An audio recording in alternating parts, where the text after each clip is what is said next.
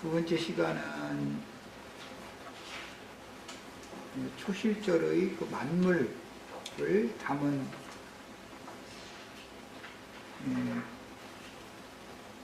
곡식 그릇, 과일 그릇을 여호와의 앞에, 제단 앞에 갖다 놓고, 그래서 이제 감사의 기도를 함으로 제사를 하는 그 율법의 영적 적용과 실현이라고 하는 것은 하늘의 장자교회 생활을 실행하는 것을 염두에 두고 한 말이다. 세상 교계가 흔히 말하는 추수감사절, 절기를 지키는 그것은 표상적인 것은 될 수가 있지만 그것은 영적 실제가 아니다라는 거 이제 말씀을 드렸고, 그러면 그 영적 실제는 뭐냐라는 걸 이번 시간에 마무리 한 시간을 말씀드리겠습니다. 자료에서 다 같이 봅니다. 약속으로 받은 기업의 실제는 그게 뭐냐? 그리스도가 실제인데 이건 추상적이니까. 구약성경에서 하나님이 그 백성들과 맺으신 약속의 기업은 어린 양의 피로 세우신 새 언약으로 맺으신 기업인데, 기업은 두 가지가 있고, 첫째는 문자대로의 기업이니까 땅에 속한 기업이 먼저 있기 마련이고, 땅의 교회 생활이라고 하는 것은 이미 땅의 기업을 받은 자들은 땅의 교회 생활을 위해 마련이죠. 신약은 하늘에 간직한 기업을 받는 것을 가르치고 있으니까 당연히 하늘에 간직한 기업을 받는다라는 것은 모든 하늘들에 오르신, 모든 하늘들보다도 높이 되신 그리스도를, 성령이 되신 그리스도를 기업으로 받는 것이다. 사람이신 예수를 기업으로 받는 게 아니다. 쉽게 이해하자면 이렇게 이해를 하면 됩니다. 예수를 알되 육체로만 아는 그런 신앙은 너무 초보 단계의 그 신앙인 것이죠. 예수가 구속을 다 이루신 다음에 지금 살려주는 영이 되셔가지고 그 영을 받은 사람과나 함께 하실 수가 있는, 영원히 함께 하실 수가 있는 것이지, 육체로 오신 예수라는 것은 영원히 함께 할 수가 없는 것이죠. 왜냐하면 육체로 오신 예수는 죽으러 온 거니까, 구속을 위해서. 그 다음에 성경에서 새 하늘이란 새 영을 의미하며, 실제로는 아담의 영이 아니라 예수님의 영이 새 하늘이죠. 그 다음에 아담의 마음이 아니라 예수님의 마음은 새 땅이에요.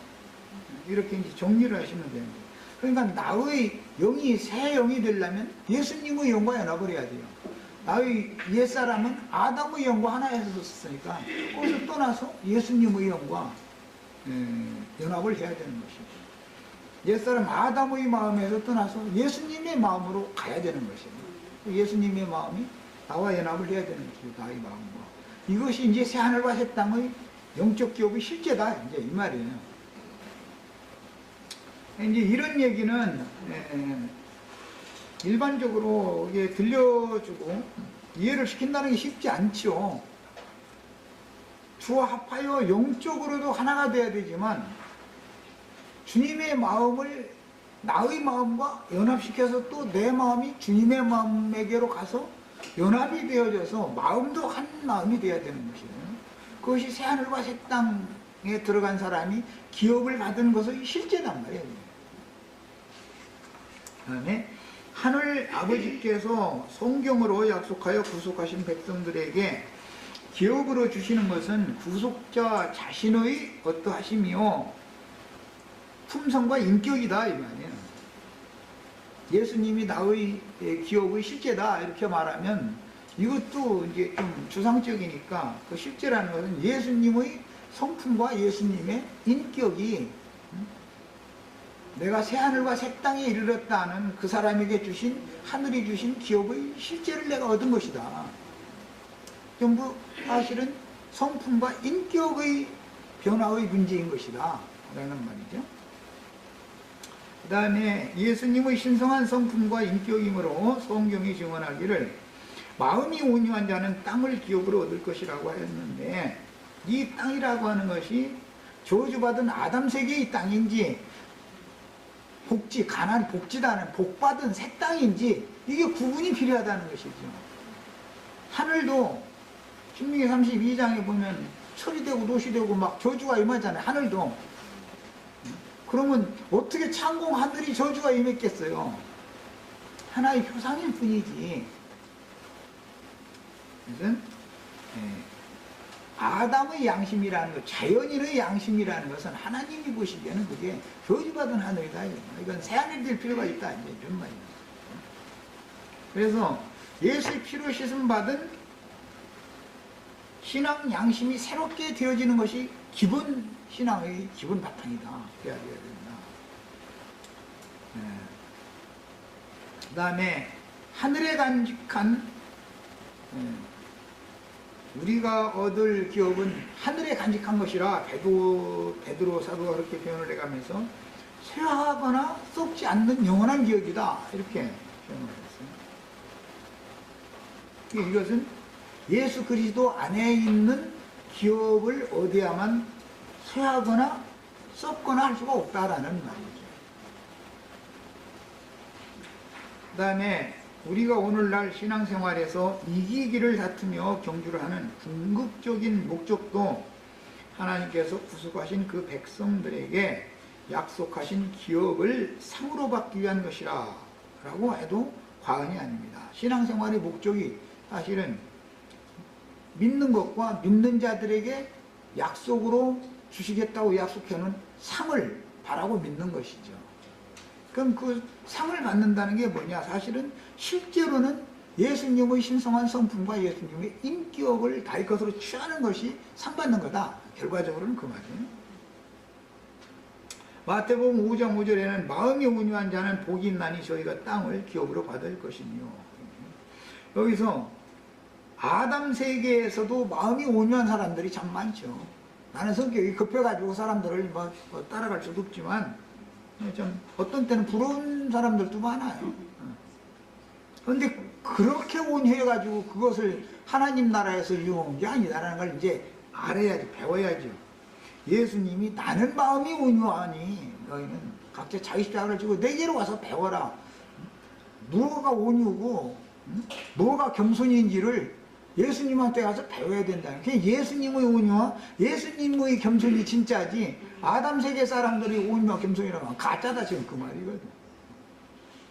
근데 이런 것을 교계에서는 가르치지를 않아, 아예. 그러다 보니까 자꾸 천연적인 사람한테 자꾸 비례주고 거름주고 묵두다주고 하니까 이 위선의 열매가 막 더 풍성하게 맺는 거야. 그런데 그것이 하나님이 받으시는 열매인 줄 알고서 착각하고 있다, 이 말이에요. 이 싸움이 이게 보통 싸움이 아니에요. 아담 세계의 선악과의 독이라는 거죠, 이게 다. 그 다음에 마음이 청결한 자는 복이 있나니 그들이 하나님을 볼 것이며, 만물을 담은 광주리를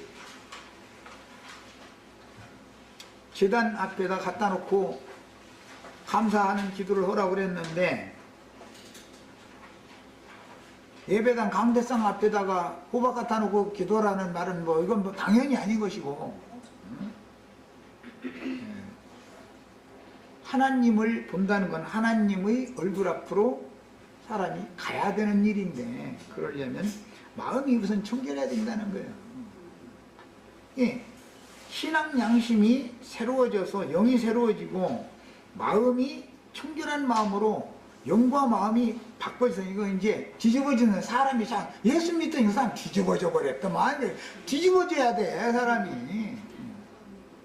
이게 안 된 사람은 하나님을 볼 수가 없다는 거예요. 하나님이 비밀한 분이기 때문에 사람에게 아무에게나 하나님, 난 이런 하나님이다라고 계시를 안 해주기 때문에, 계시를 받을 하나님 아버지를 알려면 계시를 받는 자 외에는 아버지를 알 수가 없다고 그랬는데, 계시를 받는 조건이 있는데 그것이 신앙 양심이 청결하고 마음이 청결해지는 것이 우선 존재 조건이라는 것이죠.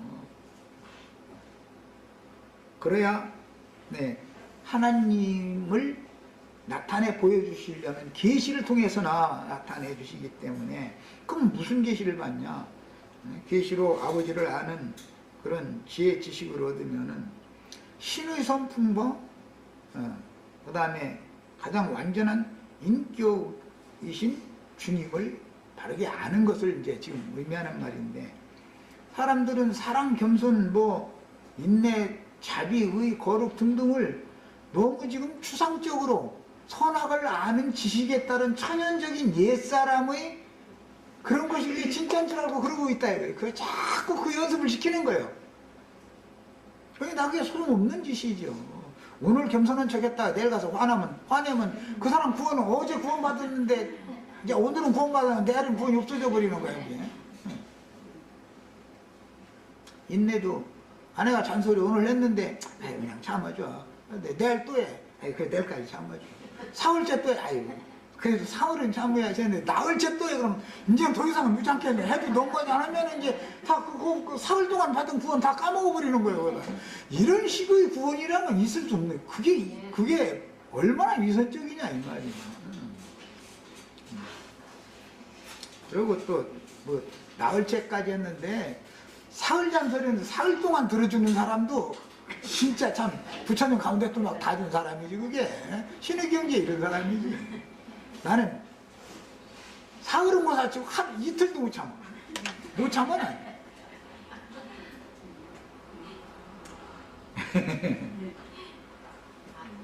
마음이 온유하고 청결한 자들이 받을 기업은 구약 성경에서 젖과 꿀이 흐르는 가나안 땅으로 비유되었고,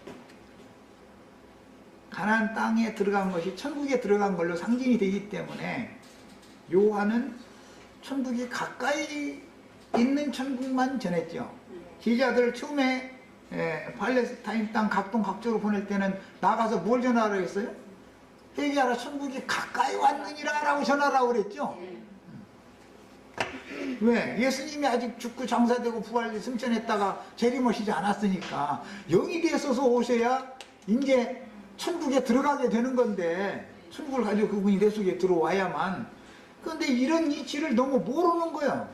천국이 가까이 왔다고 전하는 것과 이미 천국이 하나님 나라가 너희 속에 임하였느니라 라는 말씀이 나올 땐, 그러면 가까이 온 것과 임한 것과 그 다음에 나타난다 그러네. 그걸 기다리는 거. 그럼 가까이 온 거, 임한 거, 나타나는 거에 각각 표현이 다른데 이게 뭔 소리인지를 알아야 되지 않냐 이 말이야. 성경에 나라에 임하옵시라고 기도하라 했다고, 아직 안 임한 사람들은 계속 그 기도를 해야 된다는 거예요. 왜 그 기도만 해야 돼? 아니 나라가 임하기를 기도를 했으면은 이미 임한 사람이 있을 거 아니야. 누구한테는 이미 임해 있어야 주와 함께 영광 중에 나타나든지 하든지 하지. 계속 그냥 임하게 해달라고만 기도를 해가지고 어느 천년에 그 해결이나 그게. 그 다음에 사도행전 20장 32절에 지금 내가 너희를 주와 및 그 은혜의 말씀께 부탁하노니, 이게 에베소 이제 장로들 모아놓고 바울 사도가 하는 말이죠.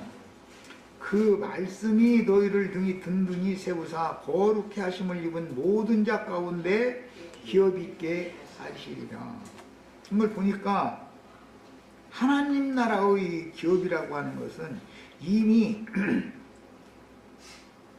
거룩해 하심을 입은 자들 중에 임한 것이죠. 거룩해 하심을 입은 모든 자들 중에 하나님 나라가 임했는데, 그들 가운데에서 기업을 또 누군가에게는 준다는 거잖아요. 그러니까 거룩해 하심을 입은 모든 자는 교회를 말하는 거 아니야. 교회. 예루살렘에 믿는 자 수만이면 그 수만이라는 사람들이다. 그 중에 모든 자 가운데에서 너희에게는 기업, 그들 가운데에는 이미 믿는 자들 중에서 너희 기업이 있다. 이제 이렇게 얘기를 한 거잖아요. 자, 이것처럼 구속받은 성도들이 약속하신 기업을 얻게 하는 것은 그리스도의 말씀인 은혜의 말씀이 하시는 일이기, 사람이 어떻게 해서 되는 게 아니다. 우리가 하늘에 간직한 기업을 얻으려고 내가 막 겸손해야지 막 오늘부터 막 화를 좀 안 내게 해주세요. 막 그렇게 기도하고 그것만 하다가는 죽는 날까지 그 기도 끝이 안 나. 해결이 안 나는 일이니까 이것은. 나는 그런 기도는 하지 말아라. 그거 안 되는 기도니까. 실패를 한두 번 해봤냐. 그 기도했는데 다 소용없는 것을 한 번, 두 번 경험해봤냐. 왜 되지도 않는 짓을 계속 하냐, 이거 반복해서 어리석게. 이거는 아니구나라는 걸 알았으면 성경이 말하는 대로 바꿔줘야지, 사람이. 믿었으면 믿는 자들이 교회 생활을 실행하는데 땅교회 생활을 하지 말고 하늘에 이른 자들이 교회 생활을 하면 생명률에 따라서 자연스럽게 이것은 이익에 초월하게 돼 있는 것이다. 이건 생명률에 따른 것이고 성경이 하라는 대로 해야 되는 것이 믿음으로나 이게 되는 일인 것이지 내가 결심해서 뭘 하려고 하는 것은 도 닦는 것밖에 더 되냐 이거요. 인간이 도를 백날 닦아도 다 소용없는 짓 아니더냐 이 말이야. 예수 믿기 전에도 도 안 닦아봤어. 다 사람들마다. 예수 믿기 전에가 오히려 부부간에 싸움 쳐보시고 나면은 에이 속상해서 못 살겠네 하고선 문 꽝 소리 나게 해가지고서 밖에 나가면 집에서는 갈 데 많은 것 같으죠. 문 꽝 쳐닫고서 밖에 나오면 갈 데가 없어. 이상하게 아무 정신이 생각이 안 나. 어디 가야 할지. 괜히 동네 한 바퀴 돌아다니고 정글대 밑에 이러고 멍청하게 섰다가 다시 찬바람만 쐬고 들어가는 거예요. 이제 가보면 안에는 아까 그러고 나갔다 해가지고 오히려 더 흠상 부려고서 기다리고 있는데 너 이러고 들어올 줄 알았다고 기다리고 있는데 그럼 백날에도 해결 안 나는 일이요 그거. 해결이 안 나 그게. 우리 삶 가운데서 그걸 한 번, 두 번 해보냐고. 그런데 예배당 목사님 정말로 육체로만 아는 예수 잘 전하는 목사님 만나면 오늘부터는 남편한테 큰소리 주지 말고 남편은 아내를 사랑해야지 막 자꾸 이래서 하면 아니 남편이 사랑이 안 돼서 지금 뭉쳐닫고 밖에 나갔다가서 갈 데 없어서 도로 들어온 건데 지금 그걸 계속 반복을 하는 사람들한테도 계속 그걸 하라고 그렇게 하면은 저도 못하는 거래요. 남한테 그래. 전화하라고 그래 그러면. 이건 모세의 율법을 크게 오해한 거예요. 유대인의 율법이라고 하는 것은 하나님의 말씀을 연계시킨 거예요. 그건 안 되는 짓을. 모세의 율법을 완전히 한 건 그리스도 율법이고 그리스도 율법을 지켜야 되는 것이지 그리스도 율법이라는 건 믿음으로나 이루어진다는 법이잖아. 그런 것이지 사람이 결심하고 막 기도하고 그런 뭐 들어주고 이런 식으로 계속 그걸 세뇌시키면은 신앙생활을 죽는 날까지 하다 갔는데도 사실은 천국 문 앞에까지 가까이만 이러고 들어가지 못한 상태로 이생 떠날 수가 99.9%가 다 지금 그렇다 이 말이에요 지금. 이렇게 말하면 우리는 그럼 전당 못 가느냐고. 아니 지금 살아서 안 들어갔으면 지금 현재 들어가 있지 않으면 죽은 다음에 어떻게 가. 살아서도 못 들어간 사람이 죽은 자가 어떻게 들어가. 그 말이라게 그걸. 이게 그렇게 어려운 말이에요 지금 내가 가르치는 게. 뭐가 그렇게 어려워. 나는 정말 이보다 더 쉽게는 설명 못해 정말로.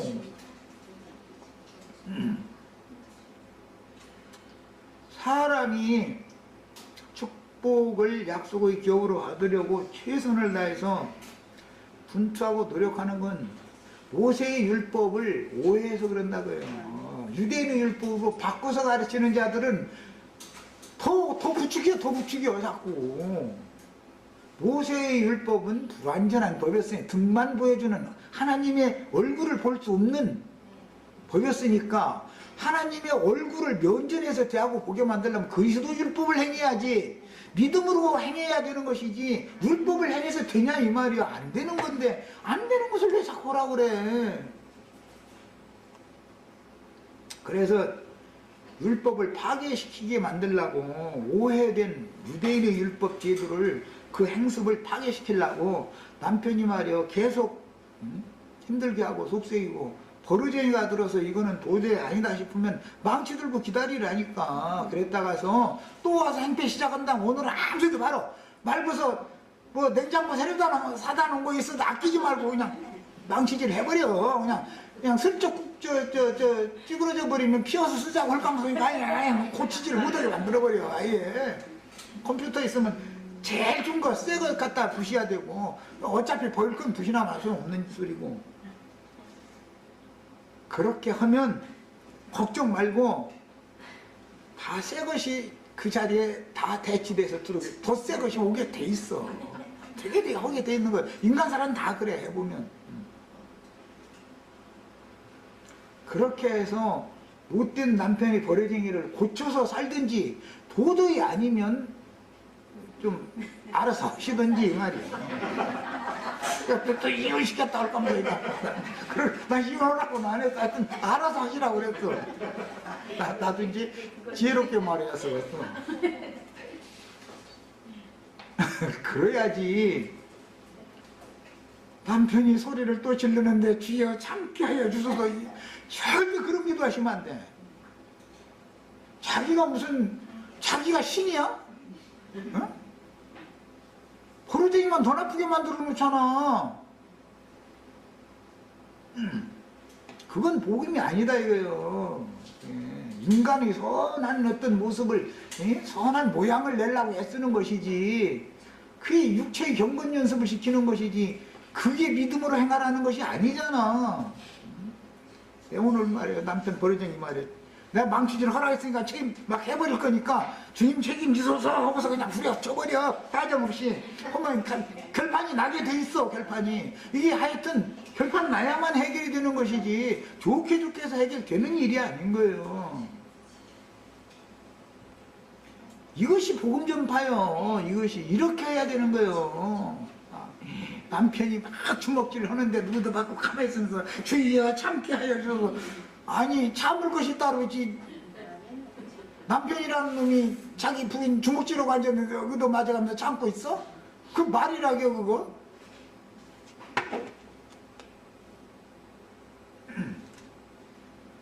사람이 생각이 맑아져야 된다 이거요. 양심이 청결해지고 마음이 깨끗해져서 보면은 지금까지 해둔 모든 의롭고 선하고 것이 전부 하나님 보시기에는 가증한 짓을 계속 한 거예요. 그건 그런 방식으로는 구원받을 육체가 없는 거예요. 율법 행위로 하나님의 영광을 이룰 육체가 어디가 있어. 성경에 없다고 했으면 없는 거예요. 오직 믿음의 법으로나 된다 했으면 그냥 믿음의 법으로만 되는 거예요.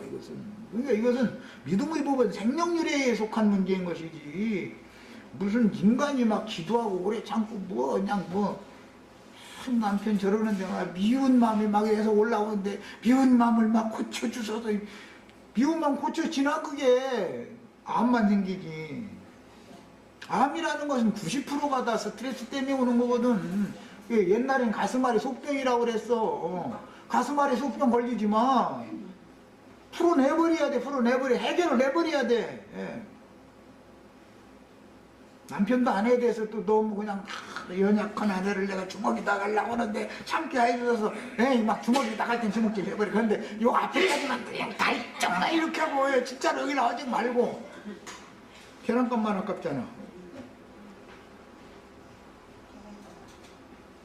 그러므로 모든 성도들은 부지런히 말씀을 읽고 묵상할 것이며 교회 생활에 적용하여 성령의 조명을 받아서 천국의 실상이신 그리스도를 얻되 더 풍성히 얻어서, 지금 이 얘기하느라고 네 그리스도를 풍성히 얻어서 사람이 완전하게 되는 것을 추구를 해야지. 그러려면 믿음으로 나에게 지혜 받아들이는 수밖에 없죠.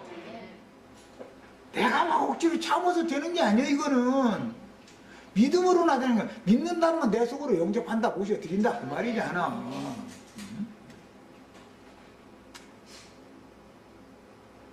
나의 생명으로 화합하기 위해서는 말씀을 가르치는 교회의 모임에 잘 참석해서 바른 교훈을 가르침을 계속 받아야 되는 거예요. 이게 전도자의 책임이야. 그러고 또 괜히 아무것도 되지 못한 자들이 자신을 스스로 무엇이 된 줄로 여기고, 이것은 왜 그러냐면 자기 타고난 어떤 겸손함, 온유, 뭐 인내, 뭐 이런 것이 좀 있으면은 자기가 뭐 등줄로 착각하는 거야. 실제 상황이 오면 아무것도 아니야 그게. 그건 엉터리지 그게. 그래서 자신은 또 부유한 자로 자부하며 교회 모임을 소홀히 여기다가는 얼마의 시간이 지나면 처음 복음을 믿을 때 은혜로 값없이 얻은 생명력은 다 소실되고 그릇 속에는 영적 교만과 높아진 마음에서 비롯된 악한 생각만 남게 되어 허탄한 이론과 교리만 붙잡게 될 수가 있고, 이렇게 이게 망하는 적경이야 아주 이거. 결국은 종교적인 의식들과 외식만 남는다는 것을 이걸 깨달아야 되는 거예요.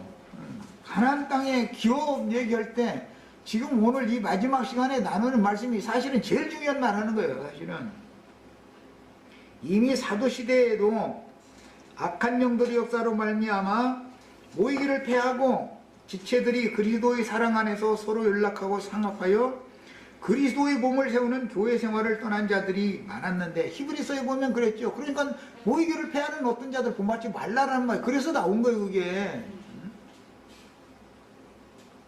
성경은 그런 자들에게 여러 부분과 여러 분의 모양으로 경고를 하고 있습니다.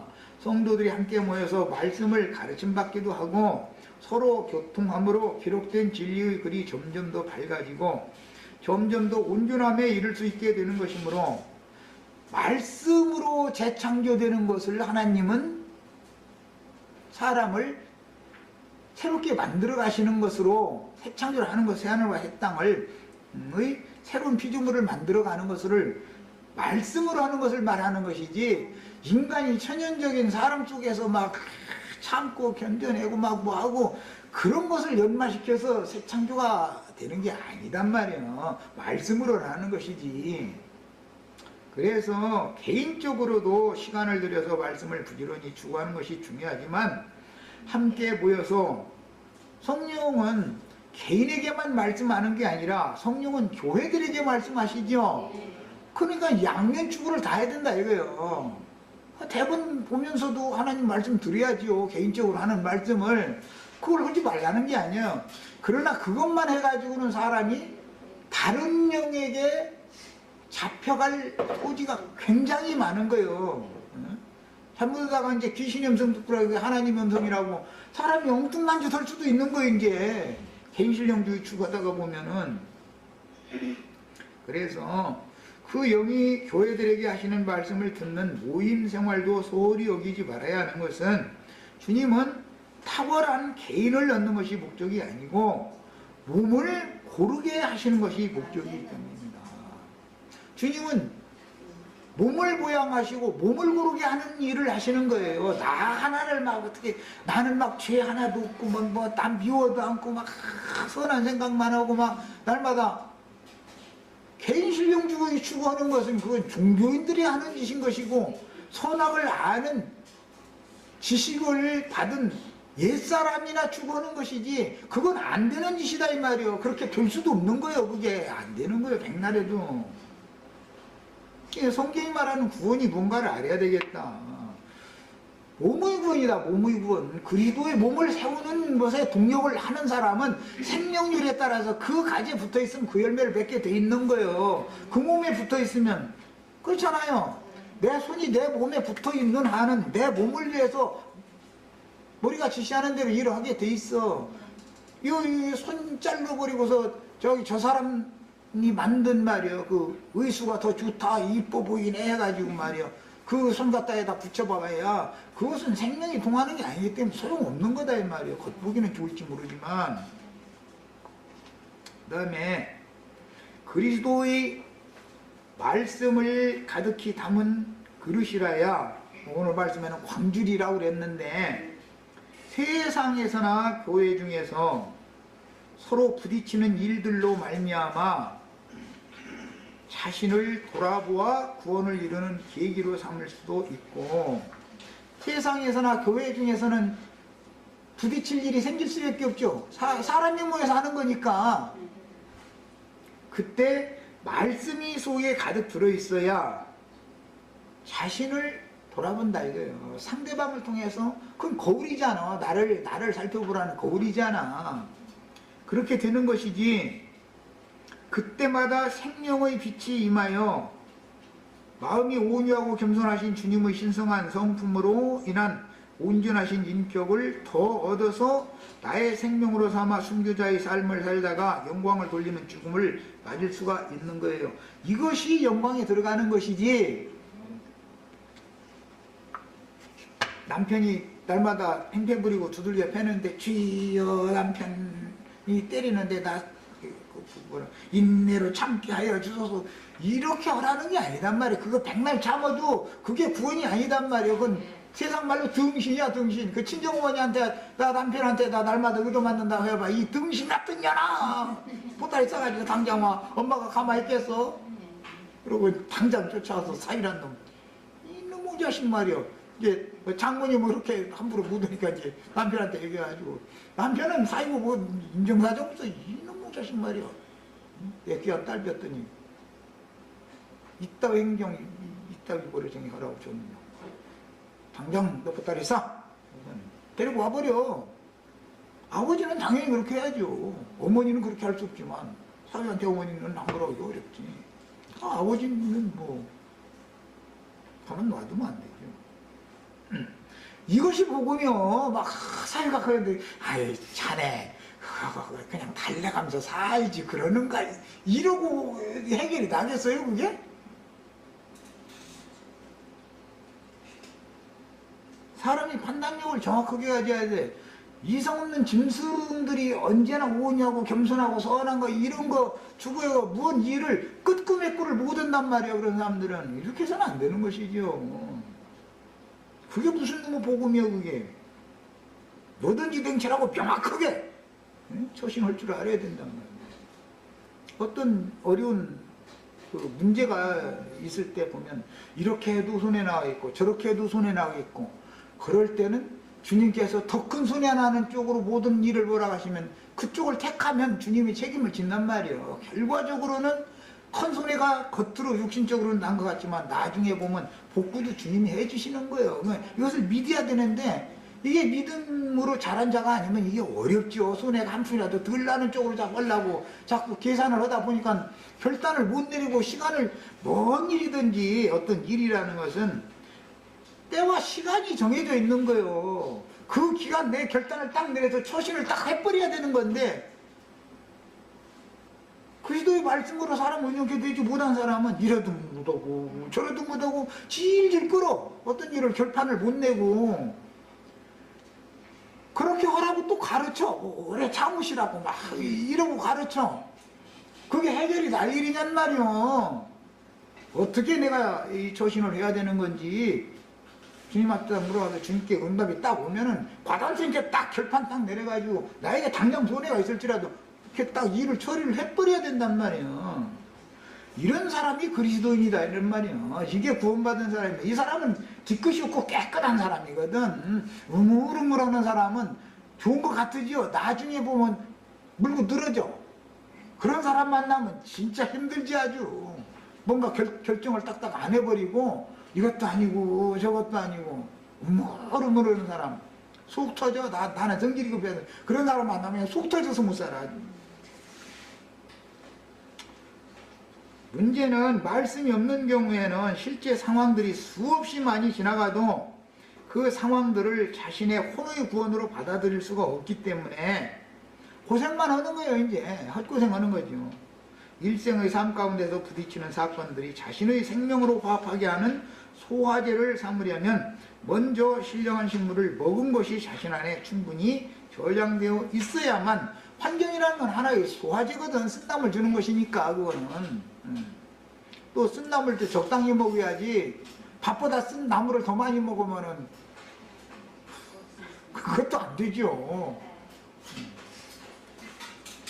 기업을 얻는 문제를 실제가 없이 이론과 교리로만 받을 것이 아니라 자신의 생명의 체험으로 받아서 하나님이 약속으로 주신 기업인 교회 생활의 풍성함을 누리는 성도들이 되기를 바랍니다. 이 말은 결론적으로는 하나님께 응답을 구해야 되지만 응답이 왔으면 과감하고 단호하게 처신을 명확하게 할 줄 아는 사람이 되는 거예요. 그래야지 세상에도 한 발 놔두고 천국에도 한 발 놔두고 이것도 아니고 저것도 아니고 끝이 안 나면 그건 구원이 아니다 이거예요. 세상적으로는 손해가 날지라도 세상에서 발을 딱 떼가지고 천국으로 완전히 옮겨버려야 되는 것이지, 과단성 있게. 그게 영의 일이잖아요. 그 다음에 여호와께서 네게 이제 기업으로 얻게 하시는 땅 또는 기업으로 주시는 땅, 이렇게 반복해서 오늘 말씀이 기록이 됐는데, 같은 말이 두 번 반복되고 있는 것은 이스라엘이 젖과 꿀이 흐르는 땅을 차지하게 되는 것은 결코 이스라엘인들의 공로나 강함 때문이죠. 사람의 공로나 사람이 어때서 기업으로 받는 얘기가 아니고 전적으로 처음부터 끝까지 다 하나님의 손에 있는 것이다 라는 걸 지금 보여주는 것이다. 그 다음에 만물이라는 용어가 나오는 게 이제 레스트라는 히브리어, 이것은 시간, 장소, 서열, 그 밖에 모든 분야에 있어서 첫째 또는 시작이라는 것을 가르치는 용어인데, 본문에서는 이스라엘이 가나안 땅에서 수확한 최초의 수확물들 중에서 가장 좋은 것을 의미하는 용어로서 만물을 하나님께 먼저 드린다라는 것은 오전에 두 번 다 집회 중에 말씀드린 것처럼 소실절의 처음 익은 열매는 육체로는 죽임을 당하시고 영으로는 살리심을 받으신 그리스도를 말한다 이 말이에요. 그리스도를 말하는 거다. 그래서 가나안 땅에 대한 하나님의 소유권 및 통치권을 인정하며 이스라엘의 하나님께서 자기 자녀들에게 주신 것들을 감사제로 드린다라는 의미입니다. 그 다음에 당시 제사장에게로 나아가서 그에게 이르기를 내가 오늘날 당신의 하나님 여호와께 고하나이다. 이건 이제 신앙 고백이라고 그랬죠. 내가 여호와께서 우리에게 주리라고 우리 열조에게 맹세하신 땅에 이르렀나이다. 그 맹세하신 땅은 예수님의 영과 예수님의 마음, 새하늘과 새 땅을 지금 말하는 것이기 때문에 완전히 예수 그리스도 안으로 완전히 옮겨지려면 예표상으로는 요단강을 건너서 가나안 땅에 완전히 들어가야 된다 그 말이에요. 응? 자, 그럼 이제 거기에 가서 거기에까지 인도해 주신 주님 앞에 그 과정을 신앙으로 고백을 해라 지금 그 말이에요. 마음에 믿어졌으면 입으로 시인을 해야 구원을 받는 문제니까. 그래서 하는 소리예요. 당시 제사장이란 중앙성소 길갈에서 실로에서 과정을 거쳐서 예루살렘에 법궤가 이제 안치가 되는 거기 때문에 이제 중앙성소에서 그날의 제사와 기타 성소의 직무를 맡아 수행하던 당직 제사장을 율법적으로는 그 당직 제사장을 말하는 거예요. 왜냐하면 아론 반차에 따른 제사장 제도는 왜냐하면 그 반차에 따라서 순차적으로 들어가서 제사장 직분을 하게 되니까. 예. 그런데 변함이 없는 영원한 제사장은 성령의 제사장 직분을 말하는 거기 때문에 그날의 제사장이라는 말을 쉽게 표현하면 사실은 성령을 말한다 이렇게 생각하면 되는 거예요. 레위지파 중 아론 자손이라도 돌아가며 당직을 그때 당시에 했고, 아론 자손이 아닌 레위인들도 48성읍 중에 살다가 자기 반차가 되면 성전에 들어가서 신부를 했었어요. 그 다음에 당신의 하나님 여호와, 내 하나님 여호와라고 하지 않고 왜 당신의 하나님 여호와라고 하느냐, 이것은 예수 그리스도의 아버지와 같은 그런 뜻이죠.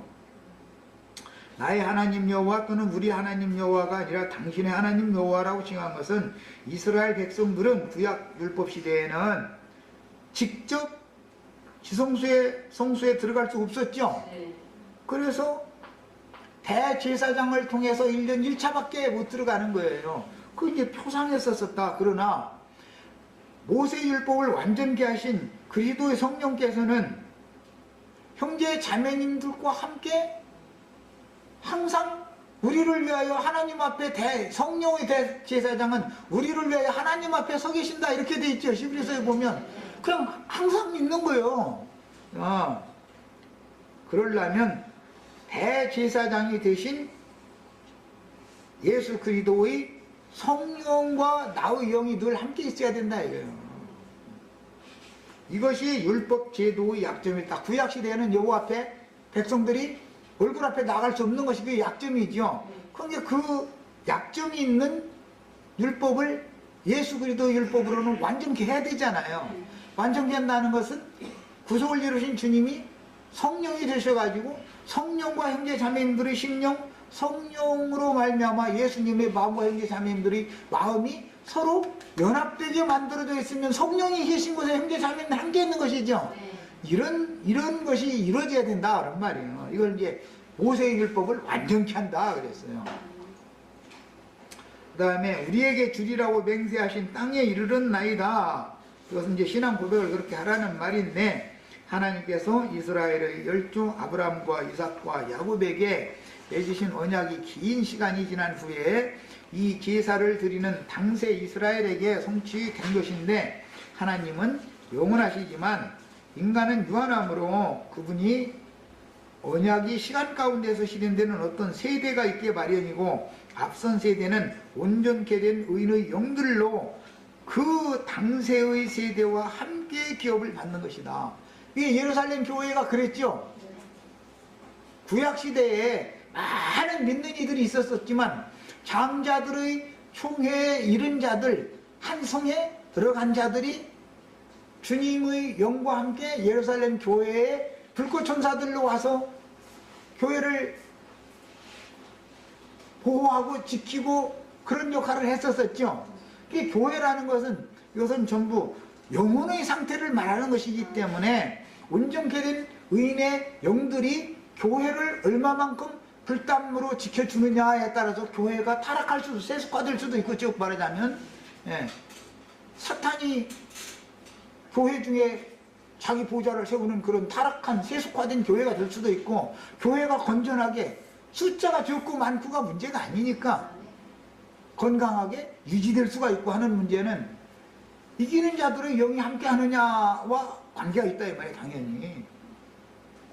그 다음에 제사장은 네 손에서 그 광주리를 받아 네 하나님 여호와의 제단 앞에 놓으라 그랬는데, 오전 시간에 말씀드린 것처럼 백성들이 기업으로 주신 약속의 땅에서 얻은 토지소산 천열매를 성소에 바치면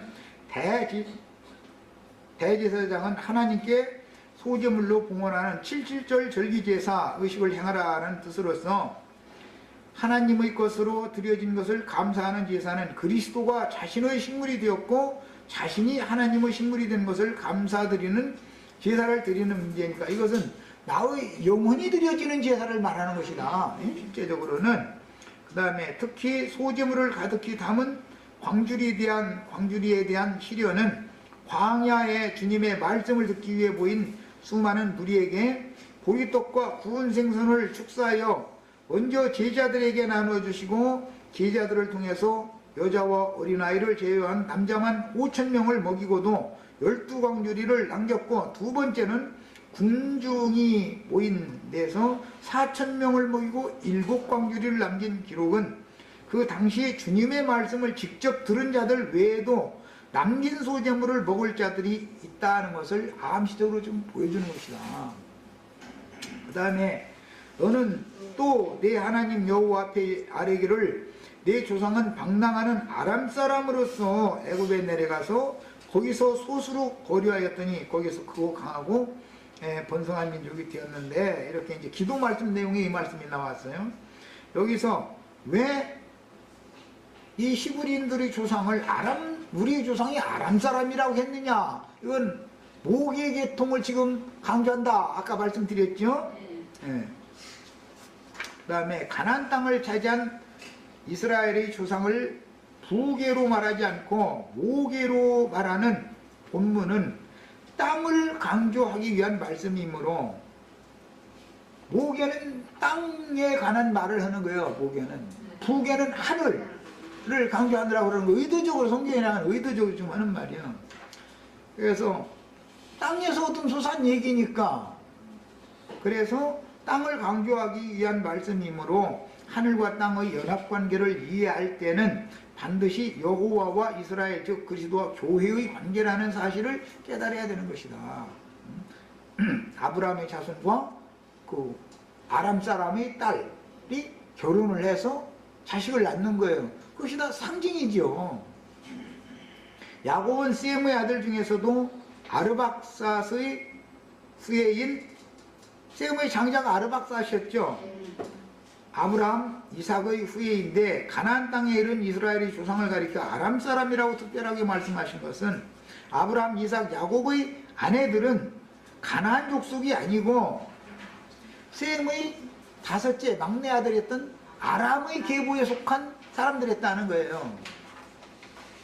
그래서 이것은 부계와 모계를 연합을 관계를 설명하고자 하지만 여기서는 특별히 땅에서 열매를 생산하는 것을 갖다가 드리는 얘기를 하니까 땅을 얘기해야 되니까 당연히 모계 얘기를 그래서 모계 얘기를 한 것이다. 그러면 이제 아람 사람의 자손이라고 이렇게 기도를 할 때 그렇게 하라고 그랬는데 이 말은 아무리 셈족이라도 세상 죄인으로 살고 있다라고 보기 때문에 그러는 것이죠. 그들도 예수 그리스도께로 시집을 가가지고 그리스도로 말미암아 구원을 받아야 되는 사람들이지요. 자연인으로서의 셈족은 하나님이 보실 때 구원받은 사람이 아직 아니다는 거예요. 예수 그리스도께로 시집을 가야 된다 그런 말이에요. 뭐 시간이 됐으면 일단 오늘은 이제 여기까지만 하고 나머지는 자료를 해드렸으니까 다 이게 집에 가셔서 꼭 읽어보시기를 바라요. 이걸 뭐 다 하려면 1시간을 더 해야 되는데 나는 이제 1시간을 벌고 그 다음 단락 말씀으로 이제 3년마다 각 성에서 11조 제물을 드리는 내용을 다음 화요일 날은 그 12절 이하의 부분을 남기겠습니다. 자,